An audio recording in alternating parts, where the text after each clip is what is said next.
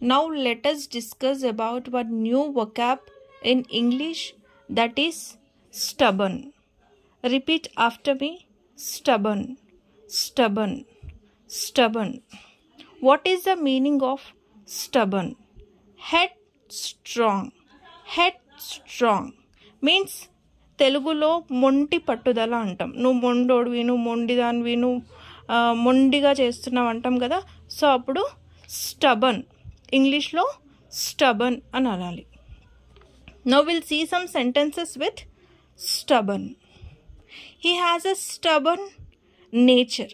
ఆయనది చాలా మొండిగా ఉంటుంది ఆయన బిహేవియర్ అనేది అని అంటాం. Don't be so stubborn. Don't be so stubborn, అంత మొండిగా ఉండొద్దు. Her stubbornness creates many problems.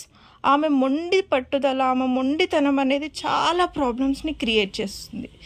She so stubborn that she will never listen to anyone. ఆమె చాలా మొండిది, ఆమె ఎవ్వరి మాట వినదు.